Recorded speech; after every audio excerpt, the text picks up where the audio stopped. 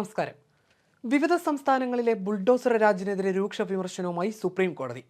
ഇത്തരം പൊളിക്കലുകൾ നിർത്തിവെച്ചാൽ ആകാശമൊന്നും ഇടിഞ്ഞു വീഴില്ലെന്ന് തുറന്നടിച്ച സുപ്രീം കോടതി ഒക്ടോബർ 1 വരെ ഇത്തരം നടപടികൾ നിർത്തിവെക്കാനും ഉത്തരവിട്ടു. പൊതു റോഡുകൾ, നടപ്പാതകൾ, റെയിൽവേ ലൈനുകൾ, ജലാശയങ്ങൾ എന്നിവയിലെ കയ്യേറ്റങ്ങൾക്ക് ഈ ഉത്തരവ് ബാധകമല്ലെന്നും സുപ്രീം കോടതി ചൂണ്ടിക്കാട്ടി.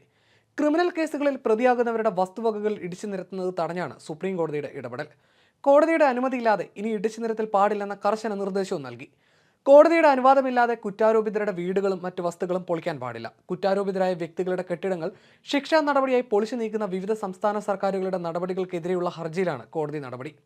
ജഹാംഗീർപുരിയിലെ പൊളിക്കലിനെതിരെ CPM നേതാവ് വൃന്ദ കാരാട്ട് നൽകിയ ഹർജികൾ ഉൾപ്പെടെ പരിഗണിച്ചാണ് സുപ്രീം കോടതിയുടെ നിർണായക ഉത്തരവ്. നേരത്തെയും ബുൾഡോസർ രാജിനെതിരെ സുപ്രീം കോടതി രൂക്ഷ വിമർശനം നടത്തിയിരുന്നു. നേരത്തെ ക്രിമിനൽ കേസ് പ്രതികളുടെ വീടുകൾ ബുൾഡോസർ ഉപയോഗിച്ച് തകർക്കുന്നതിനെ സുപ്രീം കോടതി രൂക്ഷമായി വിമർശിച്ചിരുന്നു. ക്രിമിനൽ കേസിൽപ്പെട്ട ഒരാളുടെ വീട് ബുൾഡോസർ ഉപയോഗിച്ച് തകർക്കും എന്ന് മുനിസിപ്പൽ അധികൃതരുടെ ഭീഷണിക്കെതിരായ ഹർജി പരിഗണിക്കവെയായിരുന്നു സുപ്രീം കോടതിയുടെ വിമർശനം. ഒരു വ്യക്തി ചെയ്ത കുറ്റത്തിന് ഒരു വീട് തകർത്ത് കുടുംബത്തിനെ മുഴുവൻ എങ്ങനെ ശിക്ഷിക്കാനാകും എന്ന് സുപ്രീം കോടതി ആരാഞ്ഞു. ബുൾഡോസർ നീതി നിയമത്തെ ബുൾഡോസർ കൊണ്ട് ഇടിച്ചു നിരത്തുന്നതിന് തുല്യമാണെന്നും നിയമം പരമോന്നതമായ രാജ്യത്ത് ഇത്തരം നിയമവിരുദ്ധ ഭീഷണികൾ കണ്ടില്ലെന്ന് നടിക്കാൻ കഴിയില്ലെന്നും സുപ്രീം കോടതി വ്യക്തമാക്കിയിരുന്നു. ഉത്തർപ്രദേശ് സർക്കാരാണ് ക്രിമിനൽ കേസ് പ്രതികളുടെ വീടുകൾ ബുൾഡോസർ ഉപയോഗിച്ച് തകർക്കുന്ന നടപടി ആദ്യം ആരംഭിച്ചത്. ബുൾഡോസർ നീതി എന്നറിയപ്പെടുന്ന ഈ നടപടി ഗുജറാത്ത്, അസം, മധ്യപ്രദേശ്, രാജസ്ഥാൻ തുടങ്ങിയ സംസ്ഥാനങ്ങളിലെ BJP സർക്കാരുകളും പിന്തുടർന്നു. ഒരാൾ ക്രിമിനൽ കേസിൽ പ്രതിയോ ആരോപണ വിധേയനോ ആണെന്നതിന്റെ പേരിൽ അയാളുടെ വീട് എങ്ങനെ ഇടിച്ചു നിരത്തുമെന്ന് സുപ്രീം കോടതി നേരത്തെ ചോദിച്ചിരുന്നു. ബുൾഡോസർ നീതിക്കെതിരെയായിരുന്നു justice VR Gavai, justice KV Viswanathan എന്നിവരടങ്ങിയ ബെഞ്ച് ആഞ്ഞടിച്ചത്. ഇത്തരം കേസുകളിൽ വീടുകൾ ഇടിച്ചു നിരത്തുന്നതിന് മുമ്പ് രാജ്യവ്യാപകമായി പാലിക്കേണ്ട മാർഗനിർദ്ദേശങ്ങൾ പുറത്തിറക്കാമെന്നും കോടതി പറഞ്ഞിരുന്നു. രാജ്യമൊട്ടാകെ ബുൾഡോസർ നീതി നടപ്പാക്കുന്നില്ലെന്ന് ഉറപ്പാക്കണമെന്ന് പരാതിക്കാരന് വേണ്ടി ഹാജരായ മുതിർന്ന അഭിഭാഷകൻ ദുഷ്യന്ത് ദാവെ ആവശ്യപ്പെട്ടു. ക്രിമിനൽ കേസിൽ ഉൾപ്പെട്ടതുകൊണ്ട് വീടുകൾ പൊളിക്കാനാവില്ലെന്ന് സോളിസിറ്റർ ജനറൽ തുഷാർ മേത്ത കേന്ദ്ര സർക്കാരിന് വേണ്ടി കോടതി അറിയിച്ചു.